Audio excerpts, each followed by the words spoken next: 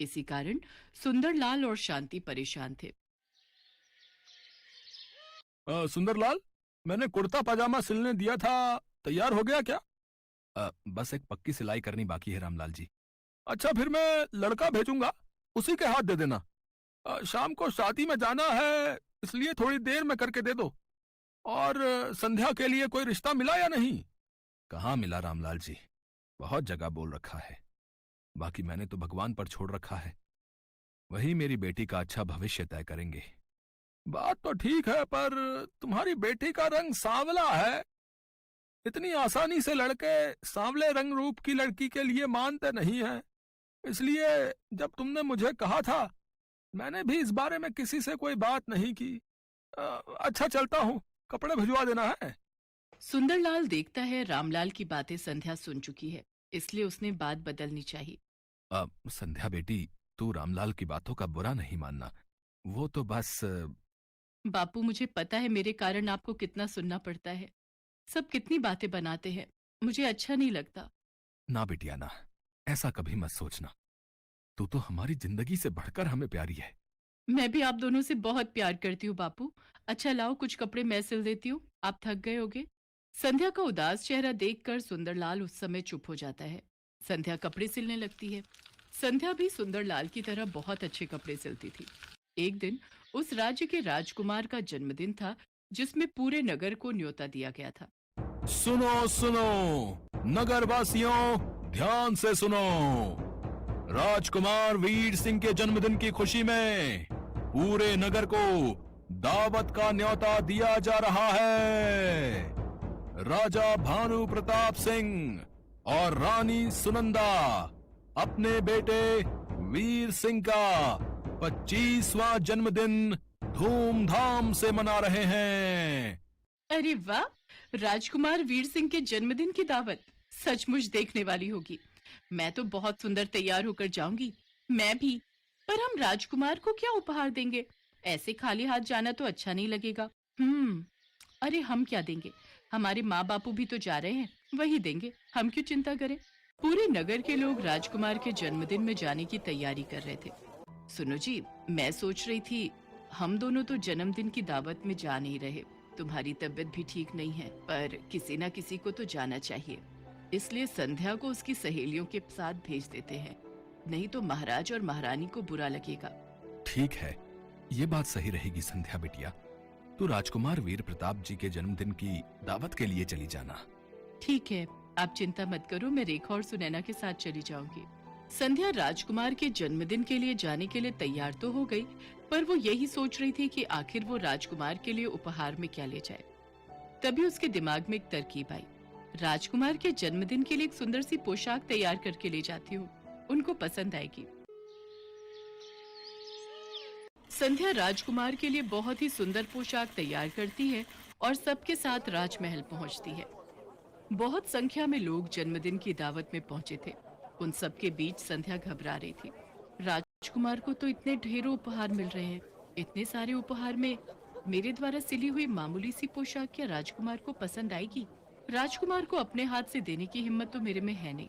चुपचाप उनके कक्ष में रख देती हूँ। संध्या पोशाक को राजकुमार के कक्ष में रखकर घर आ जाती है। संध्या बिटिया, तू राजकुमार से बिना मिले ही आ गई। उन्हें पता कैसे चलेगा कि तूने उपहार में उन्हें वो पोशाक दी है? कोई बात नहीं बापू, वैसे भी अब तक राजकुमार इतने सारे उपहारों के बीच मेरी दी हुई पोशाक भूल भी चुके होंगे। संध्या जैसा सोच रही थी वैसा कुछ भी नहीं था।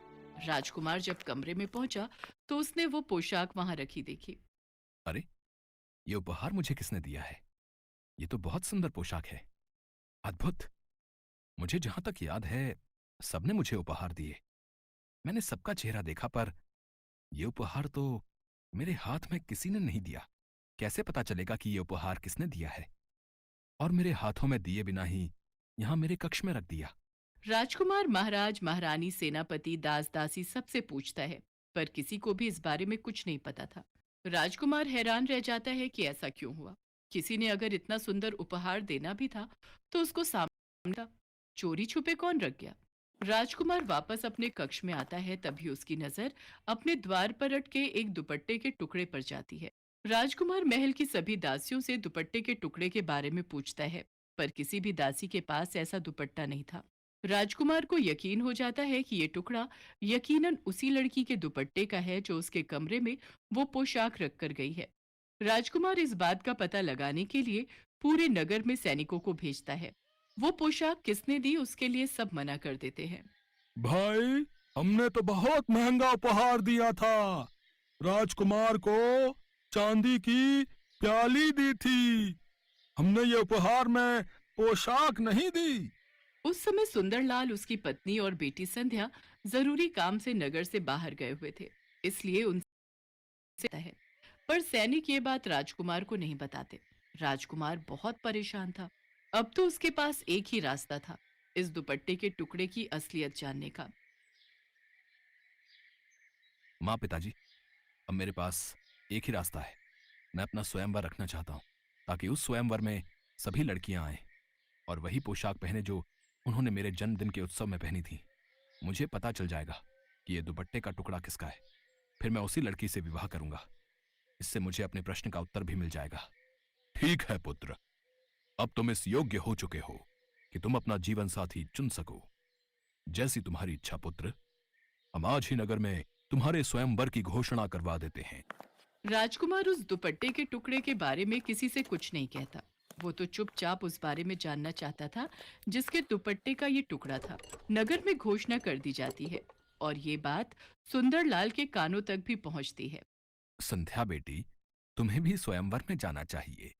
तुम्हारे पिताजी ठीक कह रहे हैं संध्या बेटी। नगर की सभी लड़कियां स्वयंवर के लिए जा रही हैं। अगर तुम नहीं गई तो महाराज क्रोधित हो जाएंगे। उन्होंने नगर की सभी युवा कन्याओं को स्वयंवर के लिए आमंत्रित किया है।